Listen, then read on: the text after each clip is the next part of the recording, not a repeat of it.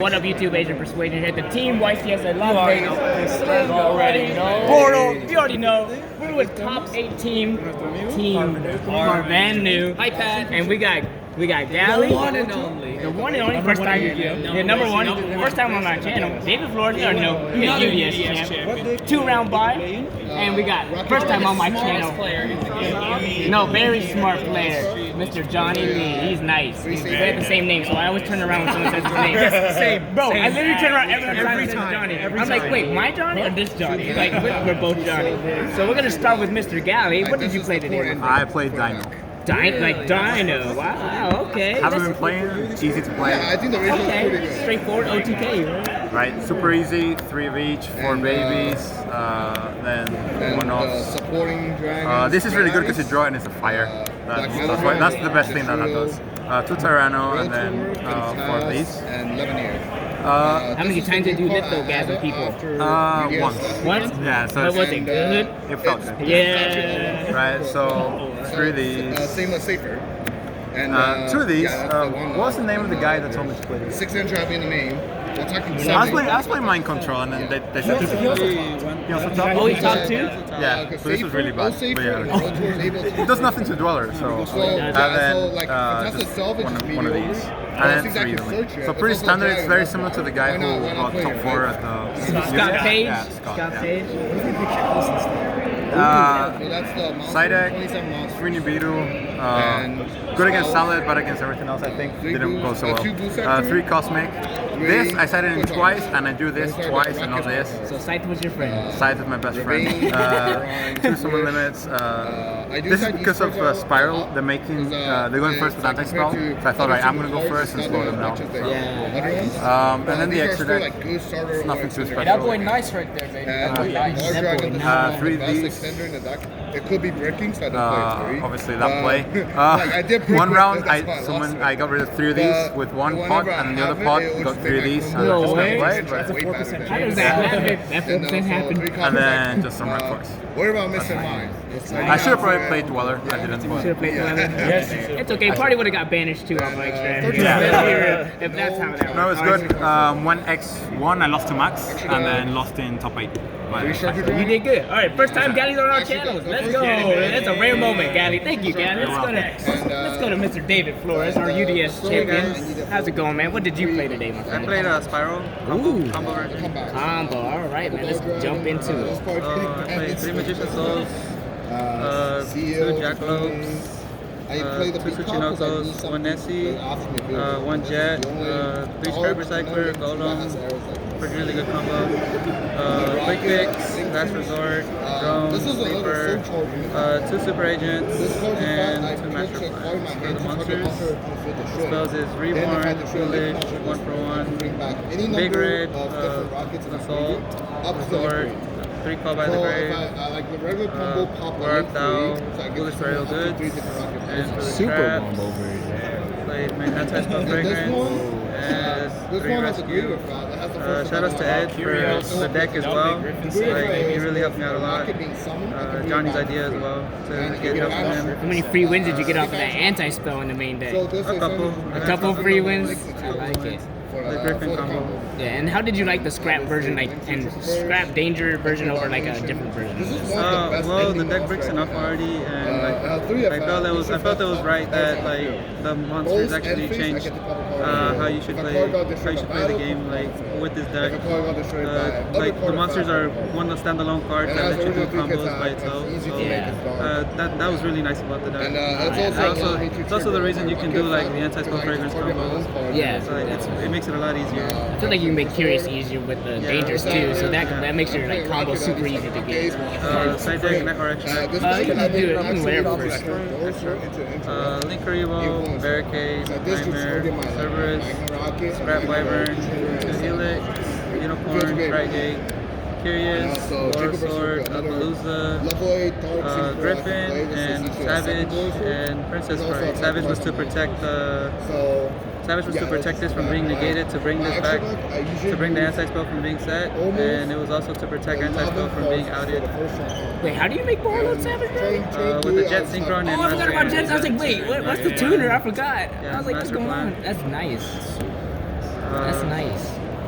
3 draw, 3 dark ruler, 2 twin, 2 Nibiru, 2 storm, and 3 evenly match. All basically going second cards and back row hate. Yeah, well, what do you think you change? For going first, I cited in both of these because they like to play dark ruler no more. So like if they break your board, you have to break their board at the same time as well. So I did that a lot. It actually worked out. I've had it too many times going first. So, probably changes. I never saw this all weekend. Then you never saw your drone log burn. Yeah. But you wanted to. Yeah, I'm sure you wanted wanted to. Yeah, really I wanted bad. to. This I do need it for a wind up, but I did break too many. This you need it for trap decks because it's Spyral. You want to make things easier. I never cited this in except for like my round 1. I never saw it. This was amazing. Nibiru was really good too. But I mean, yeah, that's a deck. I really liked it a lot. Yeah, shout out to my sponsors, Frozen Card Gaming, who are also supported by Card Market, JK Entertainment, and I don't know the last one. That's what we gotta show it on the back. Ultimate Guard and JK Entertainment. Yeah, okay. And we got the UDS champ in the building. That's you. Shout outs to my family, my wife and kid, obviously. Johnny already knows. They support me a lot. They actually let me play this game a lot. Like I love them with all my heart. They're everything to me. And that's That's the best support too, man. Your family support, that's the best support. All right, and then the last player. I promise it won't be a 2 No, hour thing. it's okay. This is the first time.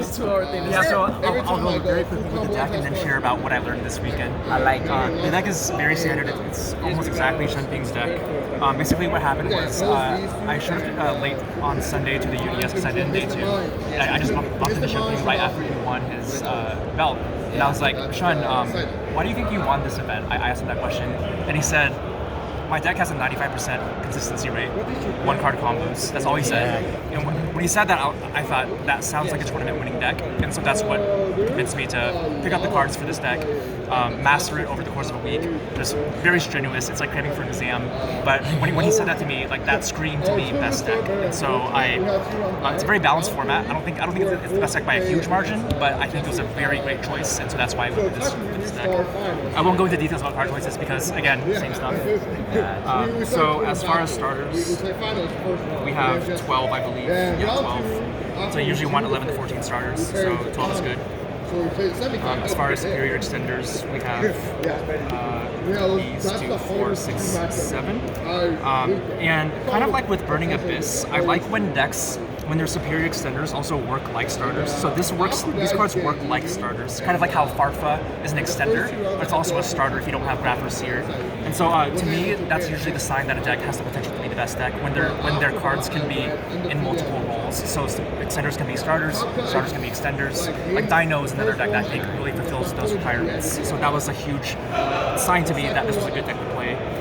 Additional extenders, 3, 4, 5, 6, 7, 8. So these 8 cards for additional extenders. And then true to the same point I just made about how cards should serve multiple roles, a lot of these additional extenders also serve as starters or superior extenders, and so I really like that about the deck. And then 2 reactive extenders.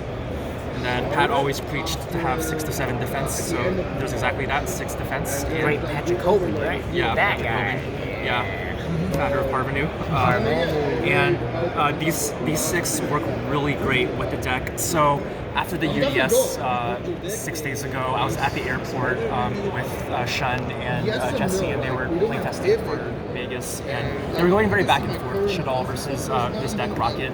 But what I noticed was that what put Shun's boards over the top was that he would have one of these to back it up, or in post-sighting games, you could have like Fragrance or something. And they just work so beautifully together. Like this covers so much of what the board this deck makes doesn't cover. And I just saw that synergy while watching them play, like 6 games, and it was so beautiful. I thought like, okay, this is a great call, especially because you know that after the UDS, everyone's going to be on that Shadal deck. So that was my thinking. 3 removal cards. There's Mystic Mine, and of course, trap decks in general are a struggle, and 2 bombs.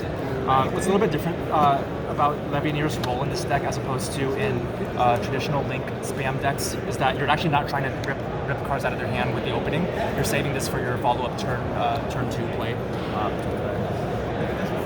And then as far as the extra deck, I've ordered it in the order of the summons that you typically do. So you would summon a striker first, and then Romulus sometimes, Seal, and then you would make LP.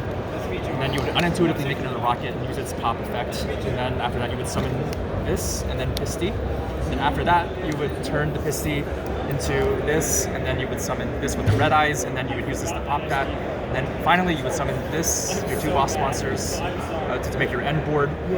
So you would use up all of these cards, often not this one, but you would, for the most part, use 11 cards in your opening combo. And then you have these 4 cards as follow-ups. But of course, there are ways to recur these cards as well. You have the Recharger Rocket's effect to recur them. So I like that this deck has lasting power. It's not a deck like, say, Mermails in a previous format, where you do your combo and if they break your board, it's over. I really love that this deck has 2 different soul charges that it can recur cards. And like that plus all the ratios I just explained, like scream to me like play this deck. Like this is correct. No like really obvious weaknesses. And as far as the side deck, of course, you have your board breakers. I never drew this, of course, because it's at 1 now, but in theory it's very good for facilitating OTKs, and then all of these were excellent to me. I mean, not change it. One difference from Shun's deck from last weekend at the UDS is that we went up to 3 copies of Dark Roller, just because the prevalence would warrants that. And it came at the cost of playing 1 less Nibiru. But the thinking was, let's play 1 more Nibiru, at least 1 Nibiru, because it's searchable off Brotar after you get Nibiru. What I love about playing online is that because there's no time, I can take Starlight out of my side deck and put a second Nibiru in my side, so I have a little bit more room when you play online. But yeah, the Starlight's for time, and it's put in excellent work for just 1 match, but 1 match is all you need for it to matter. So the last game really of day 1, it all hinged on my game 3 against a South Korean player, and I was able to summon some time.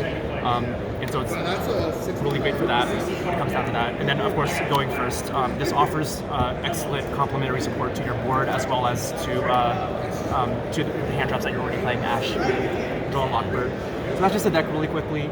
As far as shoutouts go, of course, shoutouts to the team, honestly. You got some shoutouts to Galileo. I mean, going back to my point about how I learned a lot this weekend and I wanted to share that, is I learned that people all learn in such different ways, and it's so important to understand your teammates and how they are different from you.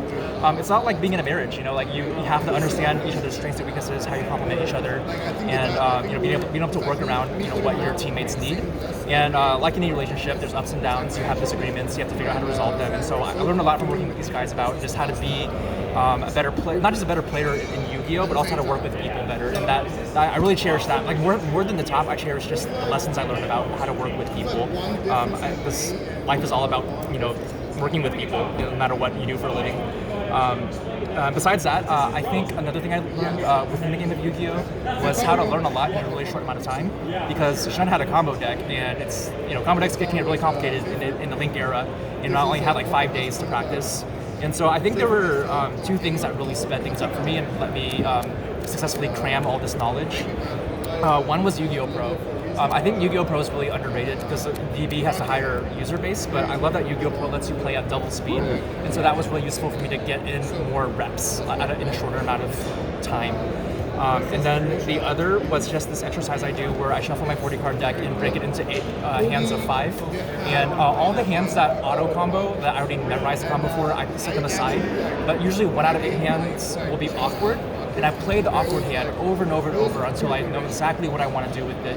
And so I think that exercise helped me a lot. And we did a little bit of it with Gali and with David as well, and I really enjoyed that exercise. I think you can learn a lot from doing that with the more mediocre / awkward hands. So those are my first shout-outs. And I also just want to shout out Ed. You're my rock. Love you, Ed. And I hope that we can team together in the near future. We really miss you. Ed, David, and I placed third at Peru at last 3v3. I want to shout out to people who live with me. Zoe, to Julie, thank you so much for taking care of our home. Every weekend that I'm traveling, you make it possible. So thank you for that. let's see, no sponsors to speak of. Shout out to Pat for Parvenu, my co-founder. You inspired our team name. To the judge staff for being very wonderful. They, were just did an excellent job this weekend, and just. Actually, this is so important. I almost forgot. So shout outs to a couple friends, Ethan and Josh Overnick. They really came through when my cards didn't come in the mail in time for me to make this deck, but they really came through and were able to provide. So thank you so much for making it possible for me to even play.